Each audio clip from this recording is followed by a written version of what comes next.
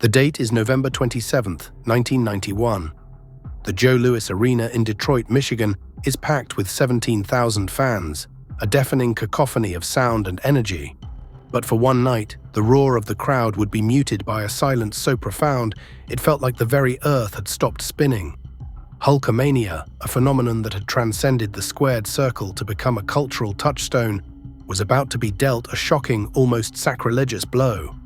The champion, the immortal Hulk Hogan, stood in the ring, the embodiment of American virtue and strength. But on the opposite side of the ring, a spectral force, a creature of the night, waited. The Undertaker, managed by the eerie pallbearer, was a harbinger of doom, a grim reaper in black, and a truly formidable opponent. Hogan's aura at this point in his career was not just a wrestling gimmick, it was a mystical force. He was more than a man. He was an idea, a symbol of hope and justice. He didn't just win matches, he overcame evil, defied the odds, and vanquished the villains.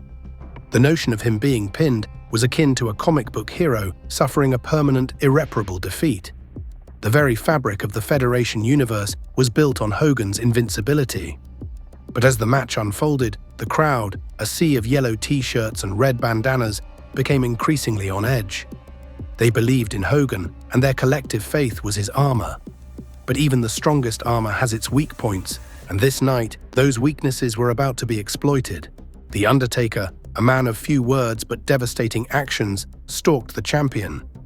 His presence alone a chilling challenge to Hogan's sun-drenched heroism. The clash of these two ideologies, light and dark, life and death, was a spectacle to behold. But the script, as it were, was about to be rewritten by an uninvited co-author. At a crucial moment, the nature boy Ric Flair, a man who epitomized cunning and a disregard for the rules, slid a steel chair into the ring. This act, a calculated and nefarious maneuver, was the fulcrum upon which the fate of the championship would pivot. The Undertaker, with the cold efficiency of a mortician, seized the opportunity. He hoisted Hogan up, not for his usual chokeslam, but for something far more sinister. The Tombstone Piledriver, a move that promised a final bone-jarring resting place, was executed with a horrifying finality. The chair, an instrument of treachery, was a macabre pillow for Hogan's head. The thud of impact echoed through the arena, a sound that seemed to suck the air out of the building. And then, the unthinkable, a 3 count. The referee's hand hit the canvas, the bell rang, and the Undertaker was declared the new Federation champion. It was not a clean victory, and that is a crucial distinction. The interference from Flair, the illicit use of the chair, all of it tainted the win. Yet the finality of the pinfall, the visual of Hogan's shoulders being held down for the 3 count, was what truly resonated. It was a crack in the foundation of Hulkamania. It was a moment that proved even the greatest of heroes could be defeated, could be laid low, if the forces of evil conspired with enough cunning and malice.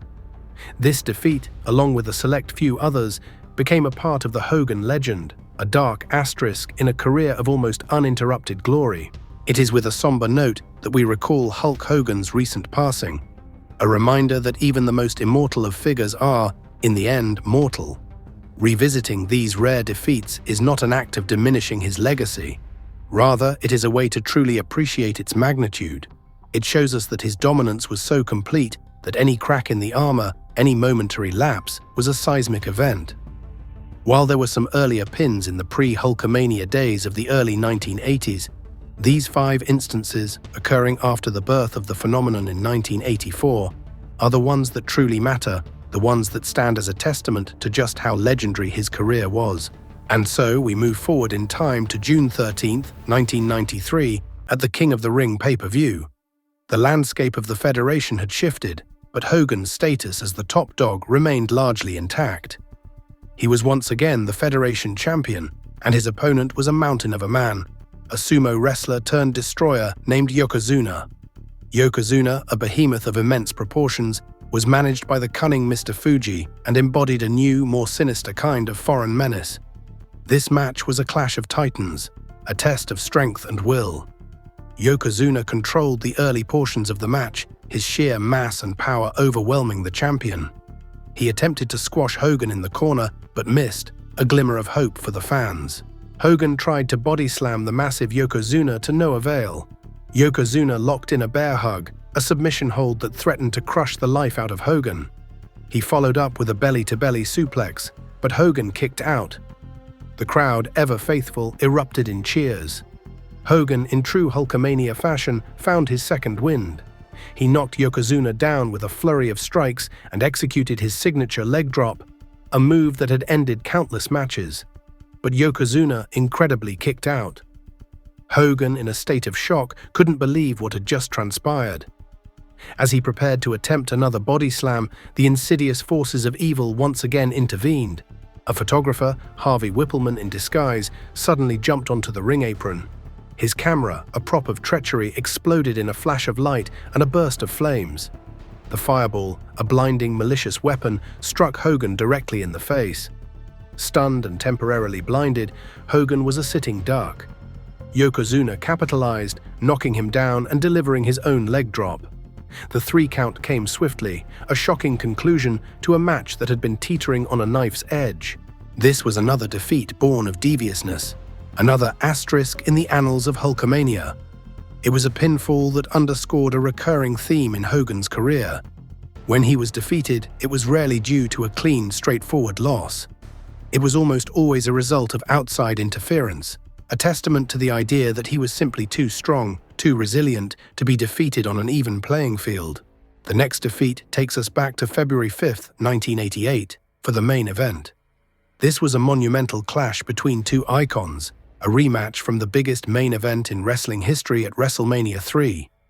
Hulk Hogan, the seemingly unbeatable hero, faced his one-time friend and now bitter rival, André the Giant. The storyline was simple yet compelling. André, jealous of Hogan's fame, had turned on him and allied himself with the $1 Million Man. The match itself was a spectacle, 2 behemoths clashing in the ring. But like the other defeats, this one was not a simple case of one man being better than the other. The corruption and avarice of the $1 Million Man had wormed its way into the very officiating of the match. The referee, an imposter named Earl Hebner who had replaced his twin brother, was in the $1 Million Man's pocket. In a moment of chaos, André delivered a partial suplex to Hogan. The pinfall was executed, but as the imposter referee counted to 3, one of Hogan's shoulders was clearly off the mat. The pin was illegitimate, the victory was a fraud. Yet the 3 count was final, and André the Giant was declared the new champion. In a shocking twist, André subsequently handed the championship belt to the $1 Million Man, revealing the true nature of their arrangement.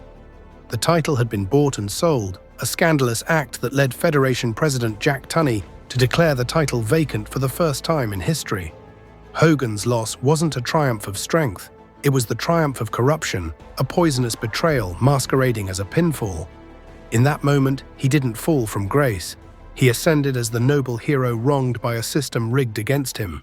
The 4th match, and perhaps the most significant of all, takes us to WrestleMania 6 in Toronto, a night of epic proportions.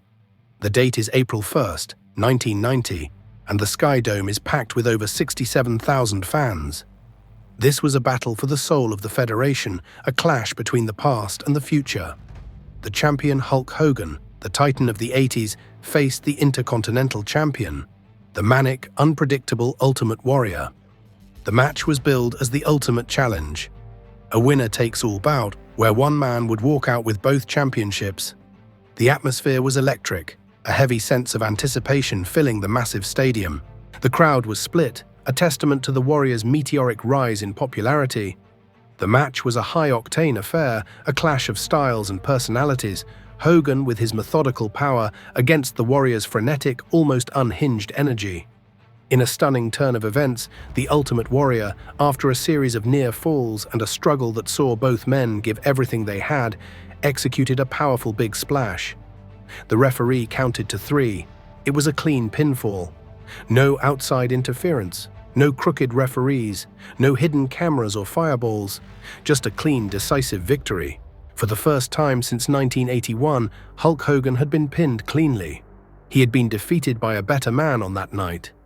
The sight of the Warrior with both championship belts and the visual of Hogan's face, a mask of respect and defeat, was an image that would be burned into the minds of fans forever. It was a passing of the torch, a moment that signified a new era. Hogan, ever the good sport and a true professional, handed the championship belt to the Warrior, a gesture of immense respect and a symbolic endorsement of the new champion. This defeat was, in many ways, the most important of all. It was the one that proved that even Hogan, the immortal hero, was not infallible. Finally, we arrive at WrestleMania 18, a night that felt less like a wrestling match and more like a return to a bygone era. The date is March 17, 2002, and the Sky Dome in Toronto is once again the venue for an iconic moment. Hollywood Hogan, having left the Federation and found success with the New World Order in World Championship Wrestling, had returned to the company, a heel, a villain, a man who had betrayed his former fans. His opponent was The Rock, the undisputed superstar of a new generation. The match was billed as Icon versus Icon, a dream match between two of the biggest names in the history of the business. The crowd, however, had other ideas. Despite Hogan's villainous persona, the Canadian fans overwhelmingly cheered for him. The Rock was booed. The dynamic of the match was completely turned on its head, and The Rock and Hogan, ever the professionals, adjusted their performances on the fly. The match was a masterpiece of storytelling. It was a battle of signature moves, with both men kicking out of the rock bottom and the leg drop, moves that had ended countless matches. The referee was knocked out, and Hogan capitalized with a low blow and a rock bottom of his own. But it wasn't enough. The Rock, sensing the end, delivered two more rock bottoms and a people's elbow. The 3 count came, and The Rock had defeated Hollywood Hogan. The match was a win for The Rock, but the true victory was for Hogan. After the match, the two shook hands, a show of mutual respect. But then Hogan's New World Order brethren, Kevin Nash and Scott Hall, turned on him, berating him for showing respect. They attacked him, but The Rock, in a moment of pure heroism, returned to the ring to save him. Hogan, having been betrayed and then saved by his opponent, was a hero once again. The Rock encouraged him to pose for the crowd, and Hogan, in a moment that brought a tear to the eye of many, flexed with the energy of his former persona. This pinfall, a defeat in the record books, was in reality a triumph. It was a loss that brought Hogan back to the light, a moment that cemented his legacy not just as a champion, but as a true icon of professional wrestling. May he rest in peace.